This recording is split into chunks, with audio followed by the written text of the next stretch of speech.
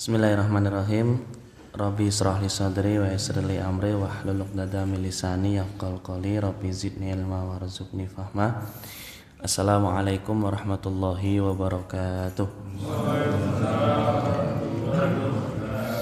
Alhamdulillahi rabbil alamin. Alhamdulillah bi ni'matihi tatimmus shalihat. Asyhadu an la ilaha illallah wahdahu la syarikalah wa asyhadu anna Muhammadan abduhu wa rasuluh. Allahumma sholli ala Sayyidina Muhammadin wa ala alihi wa ashabihi wa man tabi'ahum bi ihsanin ila yaumiddin, amma ba'du. Bapak Ibu yang dirahmati Allah Subhanahu wa taala, alhamdulillahirabbil alamin. Di pekan kali ini Allah Subhanahu wa taala masih memberikan kita kesempatan untuk tholabul ilmi. Semoga di setiap pertemuan-temuan kita, kegiatan-kegiatan majelis taklim kita, rutinan kita senantiasa mendapatkan keberkahan ilmu dari Allah Subhanahu wa taala, dan Allah Subhanahu wa taala memberikan pemahaman kepada kita terkait dengan agama ini. Bapak Ibu yang dirahmati Allah Subhanahu wa taala, kemudian mari kita juga memperbanyak sholawat kepada Nabi Allah Muhammad sallallahu alaihi wasallam. Semoga dengan lantaran itu kita diberikan syafaat oleh Rasulullah sallallahu alaihi wasallam. Bapak Ibu yang dirahmati Allah Subhanahu wa taala, sebelumnya mari kita bersama-sama mengawali dengan lafaz al-basmalah. Bismillahirrahmanirrahim. Semoga pertemuan kita di petang hari ini di kondisi yang cuacanya panas tapi dingin gitu, senantiasa diberikan kesehatan oleh Allah Subhanahu wa taala untuk senantiasa bekerja, senantiasa beribadah kepadanya. Ya, memang lagi, makanya saya pakai jaket ngapunten nggih, Pak. Karena jujur kula niku nek ngagem AC niku nggih radi kurang nyaman, terus kula ngagem jaket. Tapi mboten napa-napa, berarti terus nek ngisi ngaji kula terus dicopot ngene nggih mboten. Jadi memang wong desa iki kadang ngenten iki gitu, nganggo AC kadang kurang ini. Bahkan gak hanya AC, kipas pun. Kalau punya rencang niku ndak mau, Pak, salat ngoten nggih, salat ngoten niku ten masjid, yang lain udah pada Allahu Akbar, dia masbuk. Padahal nyala semua kipasnya ngoten niku, ngerti-ngerti dipateni kabeh. Ganggu liyane. Karena emang enggak betah dingin ngoten nggih. Ya Bapak Ibu yang dirahmati Allah Subhanahu wa taala, dan kita juga ini di penghujung bulan Muharram nggih. Di penghujung bulan Muharram, di antara saudara-saudara kita juga banyak yang kemudian wangsul saking tanah suci. Saya punya cerita, Pak. Ternyata memang bener nggih. Bener. Kalau dulu kan mungkin saya dengar cerita saja, tapi ini bener gitu. Apa yang kemudian kita ucapkan di tanah suci itu kejadian bener, itu ya memang bener gitu. Jadi waktu itu hari apa nggih? Hari Selasa atau ya hari Selasa ini wonten klintu. Hari Selasa kemarin itu kita rombongan sowan ke salah satu jamaah haji, Pak. Dan beliau cerita itu, iki salahku kok Mas ngoten. Lah pripun, Pak? Salah sing ngomong. Jadi dia itu berbicara ngoten nggih. Makanan kok anyep gitu.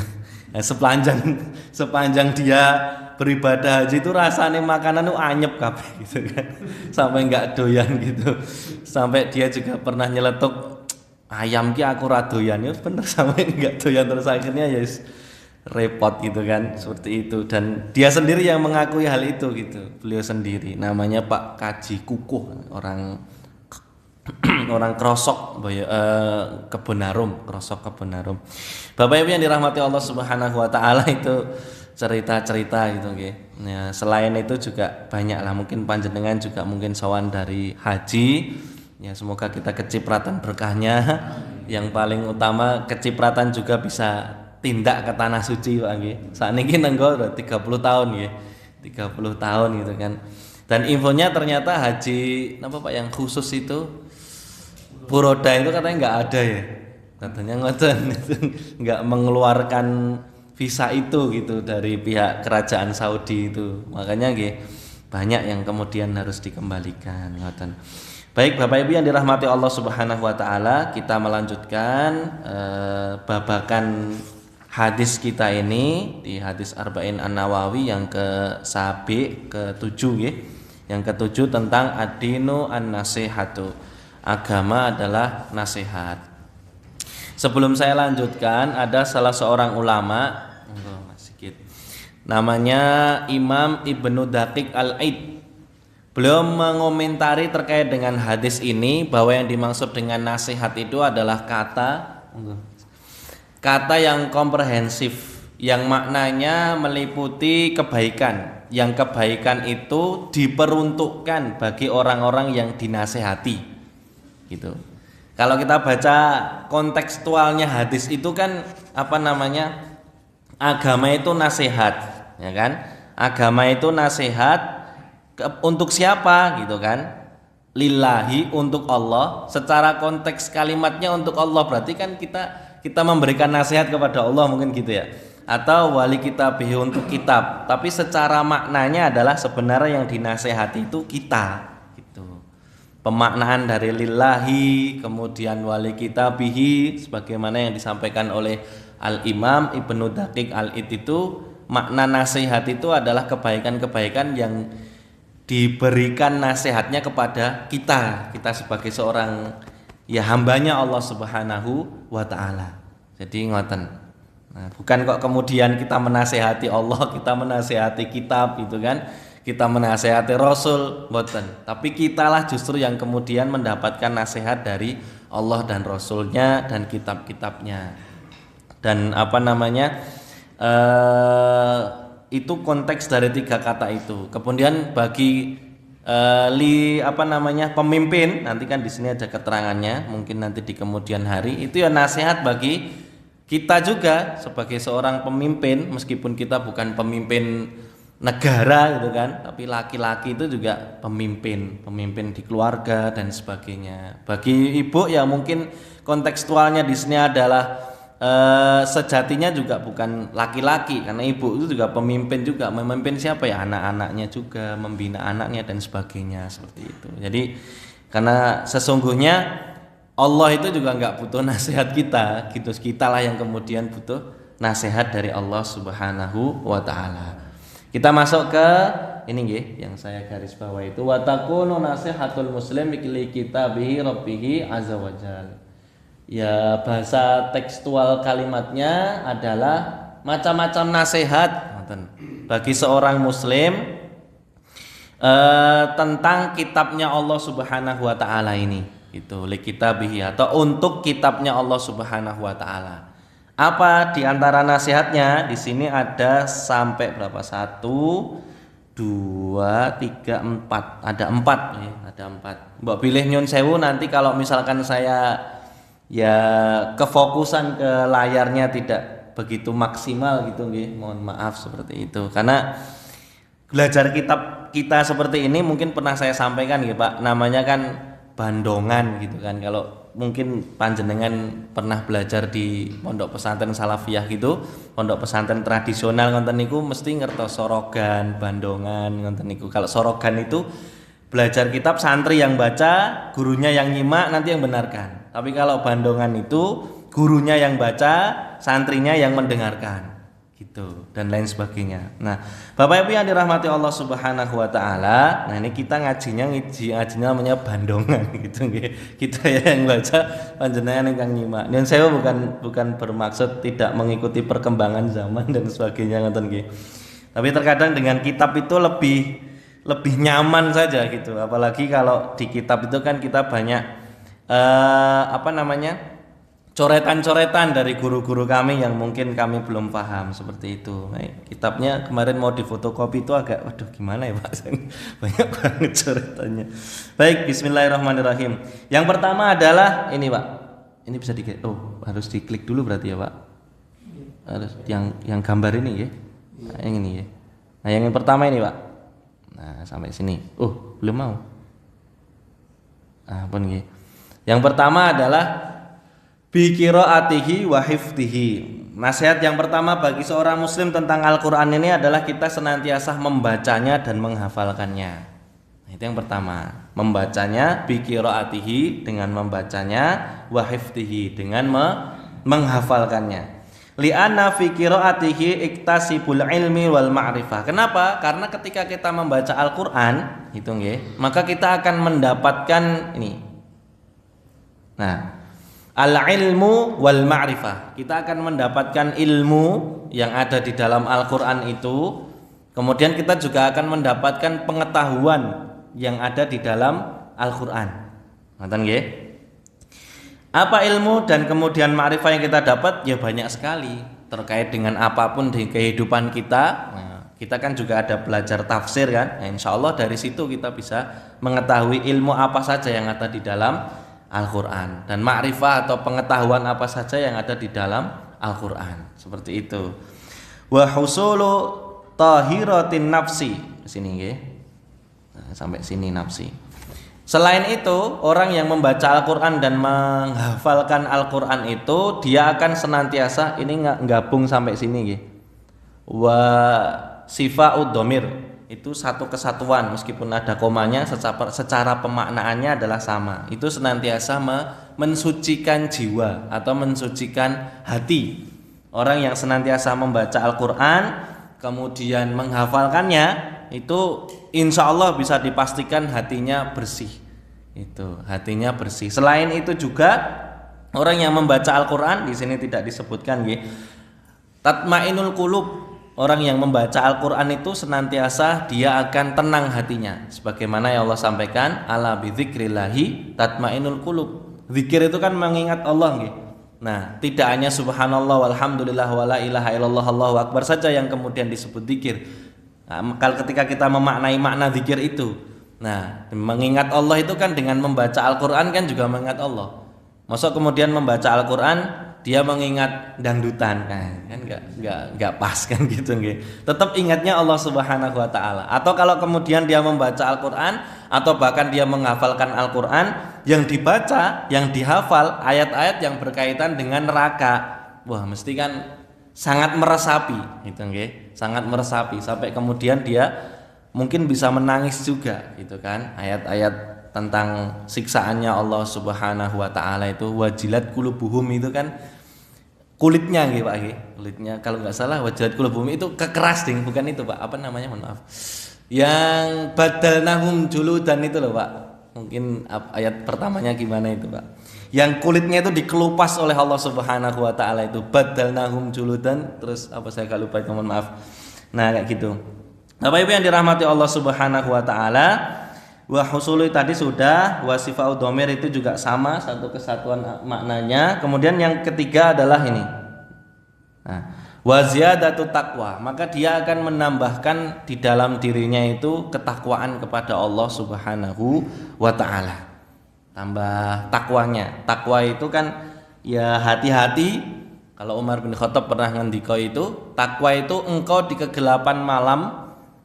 Nah, dan engkau tidak tahu bahwa apa yang engkau lewati itu ada tantangan atau rintangan apa saja. Sehingga ketika engkau berjalan di gelapnya malam itu, engkau senantiasa berhati-hati. Nah, begitulah ketakwaan kita kepada Allah. Kita berhati-hati agar apa? Ya agar kita tidak terjerumus ke sesuatu hal yang kemudian nanti bisa melukai diri kita secara fisik maupun melukai hati kita, bahkan melukai keimanan kita kepada Allah Subhanahu wa taala. Selain itu, pemaknaan dari takwa juga adalah senantiasa menjalankan perintahnya Allah Subhanahu wa taala dan senantiasa menjauhi setiap larangan yang dilarang oleh Allah Subhanahu wa taala. Kemudian yang selanjutnya, kita hapus nggih biar tidak banyak coretan. Yang selanjutnya ke sini. Nah, wa fi qiraatil Qur'an hasanatin azimatin taktubu fi sahifatihi, sampai sini. Nah, selain itu bahwa seseorang yang membaca Al-Qur'an maka banyak sekali hasanat, kebaikan-kebaikan. Tidak hanya sekedar kebaikan tapi azimah, kebaikan yang besar, kebaikan yang istimewa, yang setiap kebaikan itu taktubu, tertulis fi sahifatihi, dari setiap lembaran-lembaran yang ada di dalam Al-Qur'an. Jadi orang yang rajin membaca Al-Qur'an, maka dia akan mendapatkan hasanat kebaikan yang besar dari Allah Subhanahu wa taala di setiap lembaran-lembaran yang kita baca di dalam Al-Qur'an itu. Nah, wa syafa'atun yajidduha fi intidharihi yaumil qiyamah. Ini Pak, ini selanjutnya. Orang yang membaca Al-Qur'an, maka dia akan mendapatkan syafaat dari Allah Subhanahu wa taala. Maknanya ini. Dari sini tuh maknanya ya kurang lebih adalah kita akan mendapatkan syafaat di yaumil qiyamah ketika kita rajin membaca Al-Qur'an gitu. Sebagaimana yang diriwayatkan oleh Imam Muslim di sini, sebagaimana yang diriwayatkan oleh Imam Muslim dari Rasulullah Shallallahu Alaihi Wasallam. Nih Rasulullah Shallallahu Alaihi Wasallam. Aduh, gimana ini dari sini? Nah, pun yang saya nggih Pak. Coret. Iqra'ul Qur'an fa innahu ya'ti yaumil qiyamati syafi'an li ashabi. Nah, dan ini hadisnya sahih. Bacalah Al-Qur'an, sesungguhnya Al-Qur'an itu akan datang di hari akhir memberikan syafaat li ashabi. Kalau ashabi itu kalau diartikan secara tekstual kalimatnya ya sahabat, teman. Tapi li ashabi di sini adalah orang yang rajin membaca Al-Qur'an, atau mungkin kita bahasakan orang yang dekat dengan Al-Qur'an, menjadikan Al-Qur'an itu sebagai temannya. Makanya kalau di apa namanya di pondok-pondok tahfidz gitu kan, saya dulu juga punya temen itu, dia punya Quran khusus yang dia kantongkan di dalam sakunya itu Pak. Ya untuk apa ya? Untuk teman dirinya ketika dia menghafal.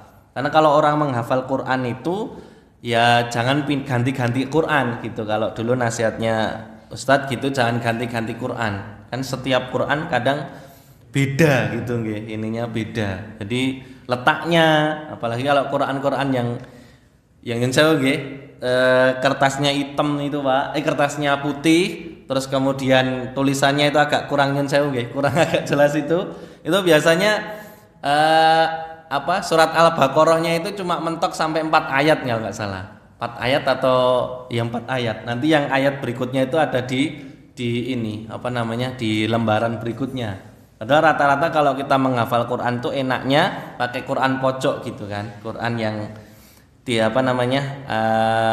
pasnya itu kalau titiannya ya di surat Al-Baqarah ayat 1 sampai 5 itu ya di satu halaman itu enaknya di situ. Saya dulu begitu tapi kalau yang lain kan mungkin juga tergantung kepada di setiap para penghafal Qurannya masing-masing. Nah, fa innahu ya'ti yaumil qiyamah syafi'an li ashabi, maka dia akan datang itu kan kepada yang membaca Al-Qur'an untuk memberikan syafaat bagi orang tersebut. Makanya kita usahakan ya membaca Quran Pak gitu kan. Meskipun kalau kemudian kita merasa Mas bacaannya orang lancar misalnya ngoten kan, enggak apa-apa. Kan kata Rasulullah sallallahu alaihi wasallam, orang yang terbata-bata membaca Al-Qur'an itu kan fa'alaihi ajron. Orang yang terbata-bata aja pahalanya 2. Apalagi kalau sampai kemudian lancar. Apalagi sampai kalau kemudian hafid gitu kan. Masya Allah. Kemuliaan yang didapat insya Allah luar biasa. Meskipun mungkin kenikmatannya bukan di dunia, tapi janji Allah kenikmatannya di akhirat. Nanti di sini ada. Nah, wa amma hafadha kitabullah ta'ala fis sudur. Ini orang yang pun ngenten mawon ya Pak, geser ini. Terus gambar. Ini. Nah, orang yang senantiasa ini sampai sini. Nah, wa amma hafadha kitabullahi ta'ala fis suduri, orang yang senantiasa menghafal, hafadha yuhafidhu itu ya. Sebenarnya kalau makna dari hafadha yuhafidhu kan menjaga. Tapi kalau kemudian kita muhafid itu berarti orang yang menghafal, gitu kan, orang yang menjaga dan sebagainya. Nah, hafadha yuhafidhu itu menjaga, atau kita mungkin terjemahkan dalam bahasa gampangan kita nggih menghafal Al-Qur'an. orang yang menghafal Al-Qur'annya Allah Subhanahu wa taala di dalam hatinya, maka apa? Maka ini. Fafihi i'marul qulubi binuri kitabullah. Maka di dalam hatinya itu i'marul qulub. I'marul qulub itu ya bahasa mudahnya memakmurkan hatinya, itu menenteramkan hatinya. Itu kan, memakmurkan hatinya, menenteramkan hatinya binuri dengan cahaya kitabullah, yaitu kitabnya Allah Subhanahu wa taala adalah Al-Qur'an. Itu. Maka orang yang menghafal Al-Qur'an itu keistimewaannya yang disebutkan oleh Imam An-Nawawi di sini, menenteramkan hati, memakmurkan hati, menenangkan hati, hatinya jadi nggak resah, nggak galau.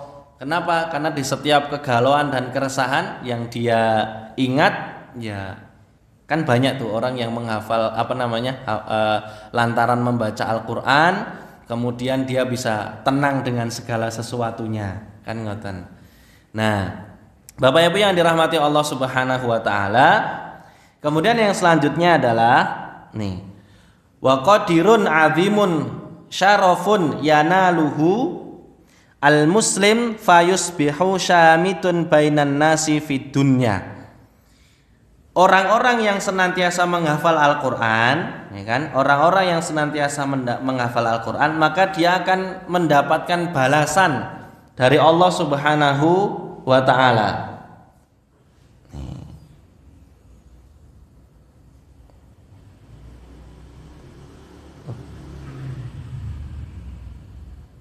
Ini digeser ke bawah, boten kersa Pak. 2 jari. Oh, 2 jari. Oh ya, nah ini dari sini nggih.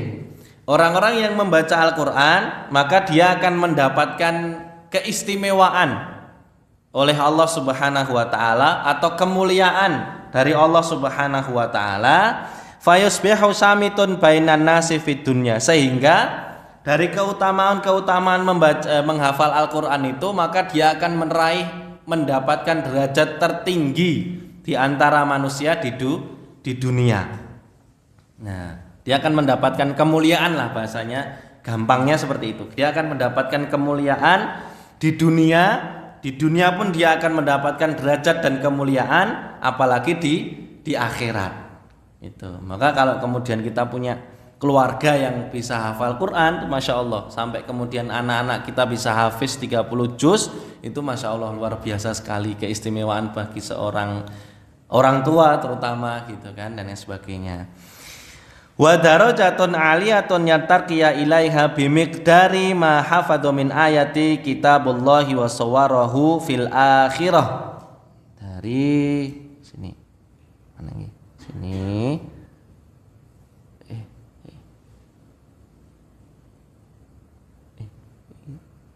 Dulu sampai sini.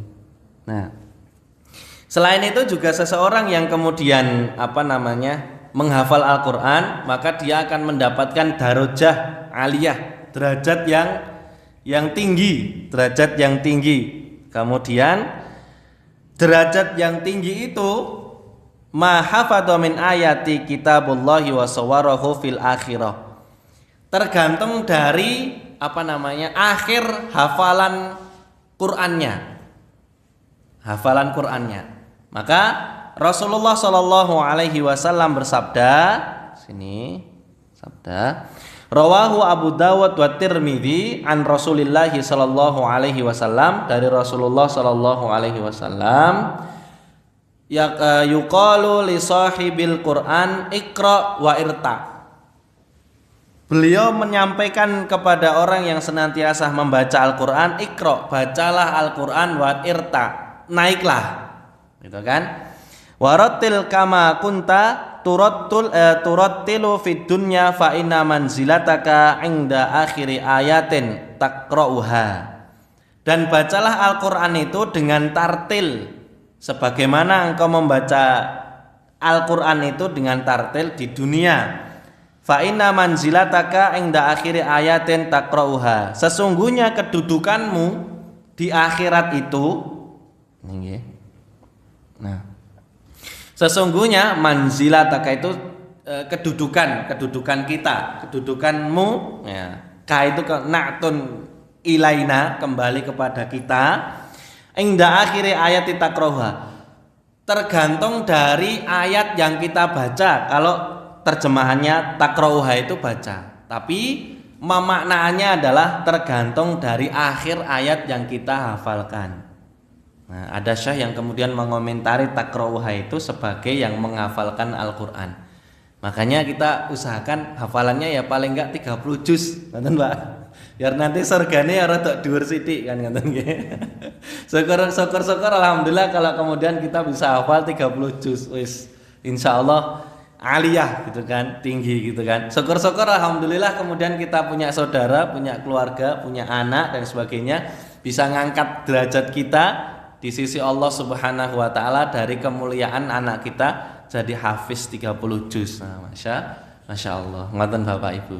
Bapak Ibu yang dirahmati Allah Subhanahu wa taala, ini di sini dan ini hadisnya diriwayatkan oleh Abu Dawud wa Tirmidzi. Ngoten nggih? Itu yang pertama, bahwa nasihat seorang muslim bagi seorang muslim untuk kitabnya Allah Subhanahu wa taala itu adalah kita memperbanyak membacanya, membaca Al-Qur'an. Jangan sampai kemudian malu untuk membaca Al-Qur'an. Orang-orang yang tidak beriman kepada Allah saja membawa kitabnya nenteng ke tempat ibadahnya aja kadang juga enggak malu gitu nggih. Nah, apalagi ini hudalil muttaqin, petunjuk bagi orang yang bertakwa Al-Qur'an. Selain itu, kita juga diperintahkan, dianjurkan untuk senantiasa menghafal Al-Qur'an wa hifdhihi, menghafal Al-Qur'an. Ya, meskipun ada pepatah yang mengatakan bahwa belajar di usia tua itu sebagaimana memahat di atas air, kan maksud nggih. Saiki hafal sesuk wis ndang lali. Tapi sama kok Pak, umur anak-anak muda itu juga begitu kok. Kadang juga lupa juga. Quran itu sama, Quran itu kalau enggak dimurojaah ya lupa kayak saya gitu kan. banyak lupanya gitu kan. Apalagi pikirannya wis wah kayak ngalor ngidul gitu Pak. Bener Pak Karim nggih, ya Allah. Bicarane muter usahane gitu kan. Dan lain sebagainya gitu kan. Ya makanya kita berdoa kepada Allah Subhanahu wa taala, paling tidak kalau kemudian kita agak susah untuk menghafal ya kita longgarkan waktu untuk membaca. Karena kita bukan Imam Syafi'i yang sekali membaca langsung hafalan itu. Beda kualitasnya gitu. Bapak Ibu yang dirahmati Allah Subhanahu wa taala, itu yang pertama biqiraatihi wa hifdhihi. Kemudian yang kedua, yang bak ini ya Pak. Yang bak. Aduh. Yang bak niki bitartilihi wa tahsinis sauti biqiraatihi. Nah, ternyata membaca Quran dengan suara yang bagus itu diusahakan, Pak. Gitu. Tartil di sini maknanya berarti kita bener lah nggih, baiklah bacanya sesuai dengan kaidahnya gitu, tajwidnya dan sebagainya. Tapi kalau belum bisa kok maca ain ya susah gitu kan. Jangan menyerah, Pak. Saya pernah mentaksin bapak-bapak itu nggih. Nyun sewu nggih sampun bersepuh ngoten nggih, sampun usia dulu di BB-an. Nggak tahu sekarang kok nggak dipanggil lagi itu apa mungkin wis nyerah atau gimana gitu. Jadi sekarang dibenerin itu besoknya selali. Sekarang dibener, saya ditaksin kan besoknya selali. Tapi enggak apa-apa, kalau istiqomah terus enggak apa-apa Pak. Salah, yang penting istiqomah. Insya Allah itu jauh lebih baik daripada kita menjauhkan diri untuk tidak mau belajar, gitu kan. Tartil ya baik bacanya, makhrajnya dan lain sebagainya, gitu kan, sesuai dengan kaidah yang ada. Meskipun qiraah membaca Al-Qur'an itu ya banyak sekali, tapi ya kita yang biasa-biasa dulu yang sudah kita dengar lah. Jangan belajar qiraah sab'ah. Qiraah sab'ah kalau kita belum belajar dasar sampai kemudian paham secara detail, ya kan? Kayak misalnya wadduha jadi wadduhai gitu kan. Nanti kalau dengan wadduhai ampun dikeplai Pak itu. Ini ya ada qiraahnya sendiri kan gitu kan. Nah, mungkin masyhurnya kita kan wadduha gitu nggih. Nah, mungkin panjenengan kalau pleser di daerah-daerah pundi Afrika wonten kan. Qiraah sab'ah niku, Pak. Ya itu memang ya kalau gimananya saya nggak pernah belajar yang saya iya, wadduha walaili istasaja. Mungkin orang yang mempraktekkan hal itu barangkali sepemahaman saya dia sudah belajar qiraah itu atau tajwid atau tata cara kaidah itu. Selain itu juga dia juga ya memahami kaidahnya dan sebagainya, tapi sejatinya memang qiraah itu ya ada riwayatnya gitu, Pak. Ada riwayatnya masing-masing. Barangkali ini masuk di tafsir nanti bisa dijelaskan sama Pak Ustadz Suharno gitu kan.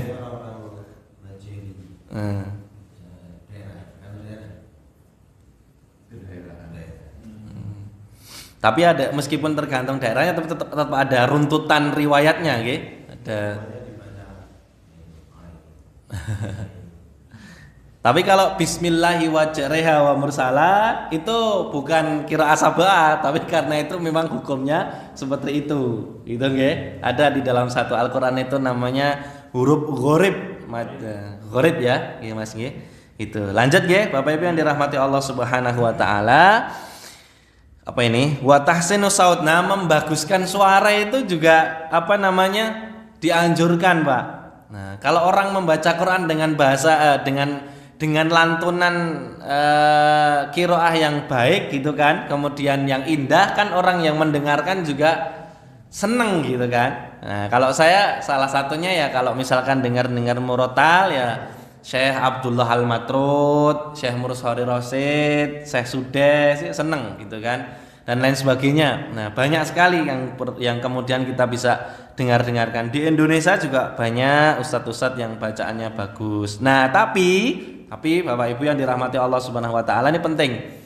Ketika kita mau belajar menirukan seseorang biar bacaan gaya qiraah kita sama dengan beliau, usahakan kita benar dulu. Usahakan benar dulu, ini penting. Kenapa gitu? Saya dulu pernah disalahkan sama guru saya, Pak. Gitu kan. Bahkan saya dulu itu pernah disuruh ngomong ain itu sampai berkali-kali, Pak. Temen saya itu gak lolos ya, pukul ya. Tapi ya mukulnya bukan kok kemudian mukul yang itu gitu nggih. Salah. Terus belum menyampaikan kowe iki mbok ora usah melu-melu tartel-tartel yang di sana dulu bacaanmu si amburadul gitu, Pak. Waduh, madeg gitu kan.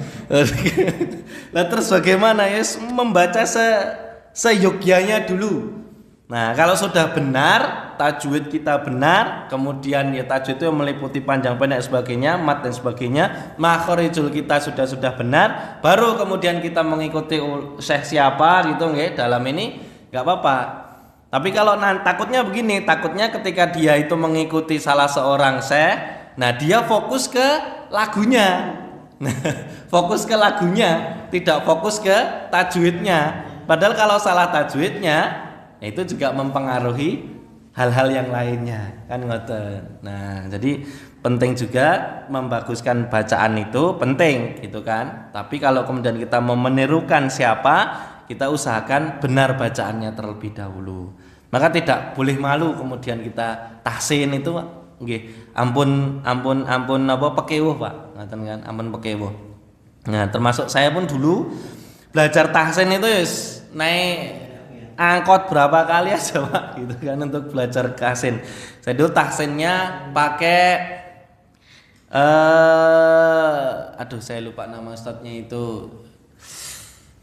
Beliau punya buku itu metodenya Usmani. Saya dulu pakai metodenya Usmani. Ustadz siapa ya? Saya lupa namanya ustadznya itu, gurunya lupa malah. Saya lupa itu, Bapak. Metodenya pakai Usmani. Saya dulu pakai Usmani. Jadi dia sedang-sedang saja, nggak terlalu berlebihan terkait dengan tahsinnya itu, gitu kan. Apa ya namanya? Namanya lupa, Pak, besok ya kalau ketemu, gitu kan. Kita lanjutkan. Mimma yaj'alul qiraati auqa'a fin nafsi. Nah, orang-orang yang membaca Al-Qur'an itu gitu senantiasa di sini auqa'a itu mendapatkan pengaruh gitu, Pak. mendapatkan pengaruh yang besar di dalam nafsi, di dalam jiwanya, di dalam dirinya. Orang yang senantiasa membaca Al-Quran dengan tartil, dengan suara yang baik gitu kan, maka ya ja'alul qira'ah, menjadikan orang yang membaca itu tadi auqa'a, ya, pengaruh di dalam fi nafsi, di dalam jiwanya, di dalam hatinya, di dalam dirinya, seperti itu. Wa asma'a fil qulubi. Asma fil qulubi. Di sini asma di sini bukan berarti mendengar nggih, tetapi asma di sini adalah menjadikan hatinya itu ya kena gitu. Ya, mengena di dalam hati gitu, mengena dalam hati. Kalau kita dengarkan orang yang baca Quran gitu kan sampai bagus dan sebagainya, itu kan enak kita nikmati gitu kan. Meskipun tidak diiringi musik tipung gitu kan. Nah, tapi kok enak banget gitu kan. Apalagi suaranya itu bagus itu. Saya punya temen itu Pak, orang timur, orang-orang NTT, NTB, kemudian Maluku itu kalau baca Quran itu bagus Pak. Suaranya guedem gitu nggih. Wapi, nggak nyempreng kayak saya gini kan. Wapi Pak suaranya itu. Apalagi kalau azan itu, wah Masya Allah.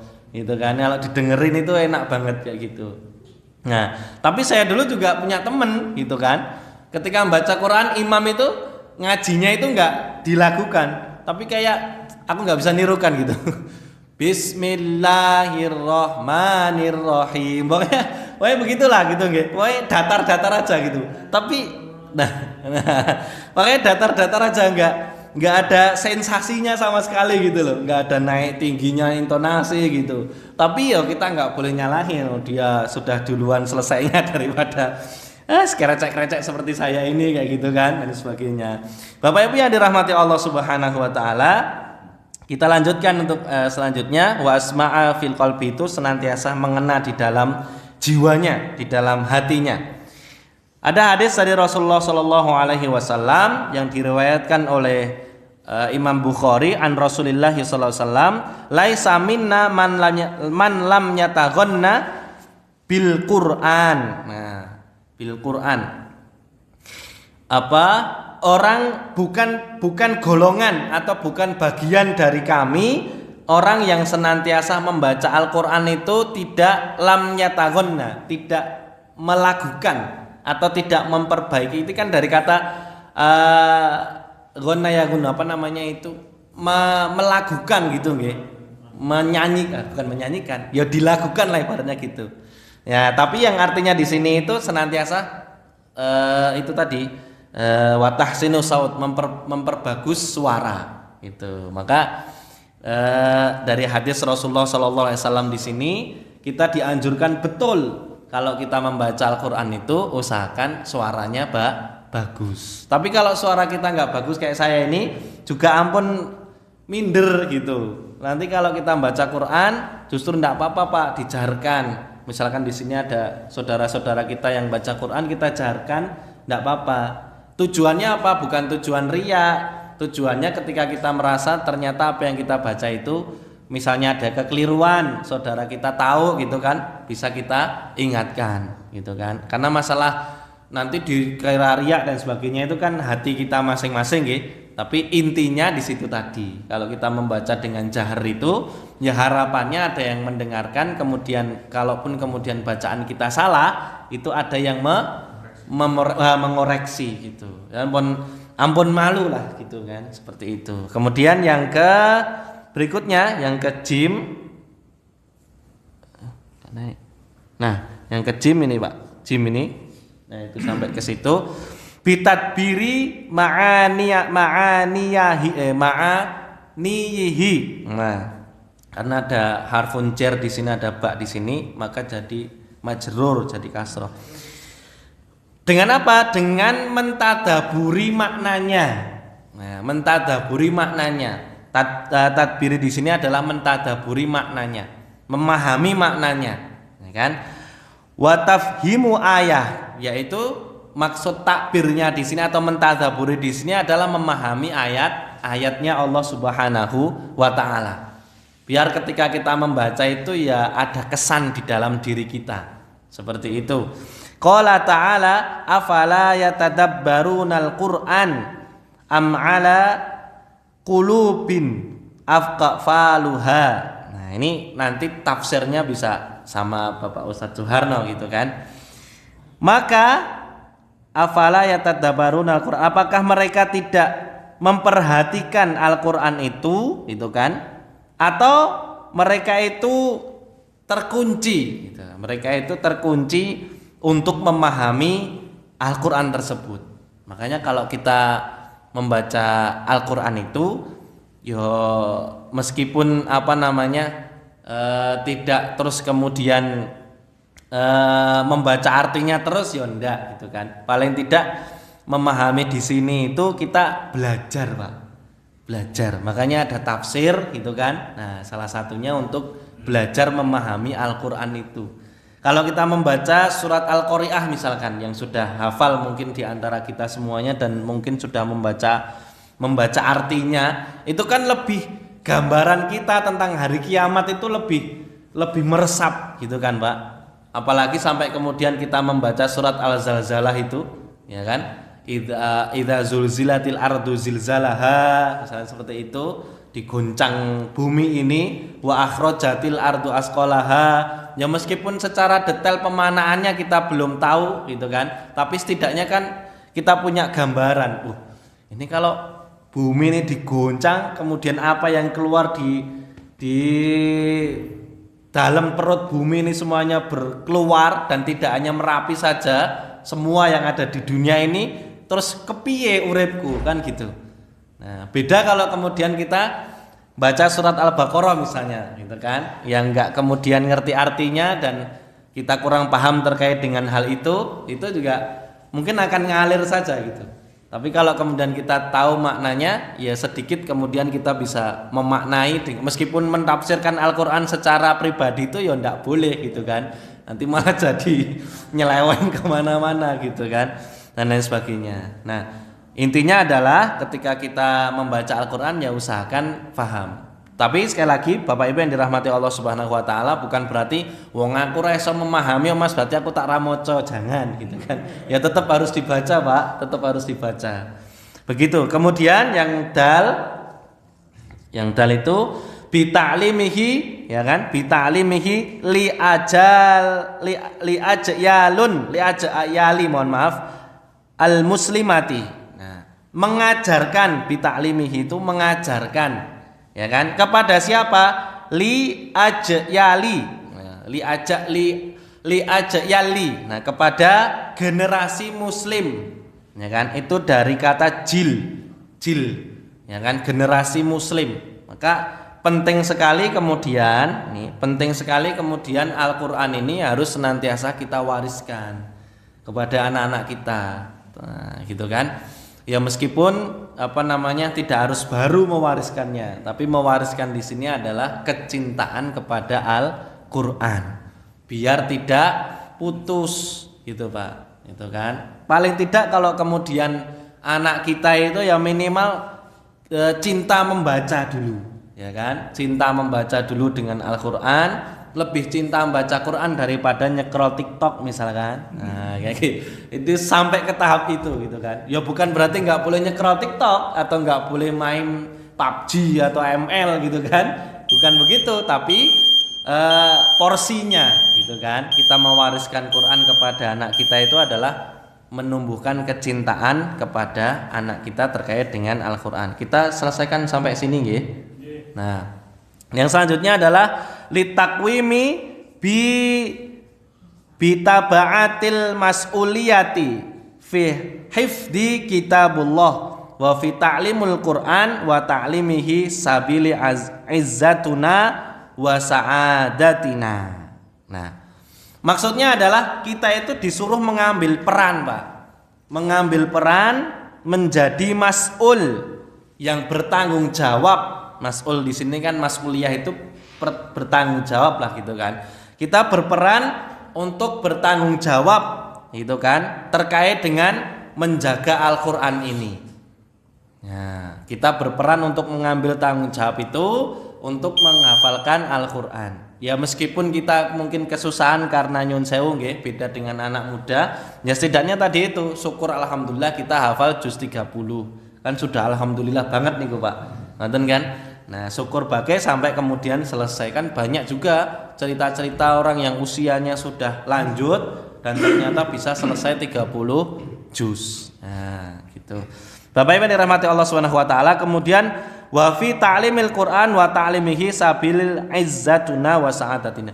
Dengan membaca belajar Al-Qur'an dan mengamalkan Al-Qur'an, maka kita akan mendapatkan izzah. Izzah itu apa, Pak? Kemuliaan. Kita akan mendapatkan kemuliaan dan kita juga akan mendapatkan sa'adah, kebahagiaan. Makanya kata Rasulullah sallallahu alaihi wasallam ini, nah, rawahul Bukhari an Rasulillah sallallahu alaihi wasallam, khairukum man ta'alamal Qur'an wa 'alama. Sebaik-baik manusia, sebaik-baik orang adalah orang yang senantiasa belajar Al-Qur'an dan mengamalkan Al-Qur'an. Gitu, mengamalkan Al-Qur'an. Nah, cekap semanten Bapak Ibu yang dirahmati Allah Subhanahu wa taala, semoga ya hal ini bisa memberikan kemanfaat dampak kepada diri saya pribadi secara khususnya, karena ini juga mengena di dalam diri saya, Pak. Karena di yang dal ini, yang di jim ini itu ada ayat yang cukup ngeri bagi saya, Pak. Ya ayyuhalladzina amanu lima taqulu ma la taf'alun kabura maqtan indallahi an taqulu ma la taf'alun. Bahasanya ya kowe iso ngomong ning kowe ra iso nglakoni. Bahasanya gitu, Pak. Makanya Allah benci sama orang-orang kayak gitu. Gitu kan? Makanya kan kabura maqtan gitu kan.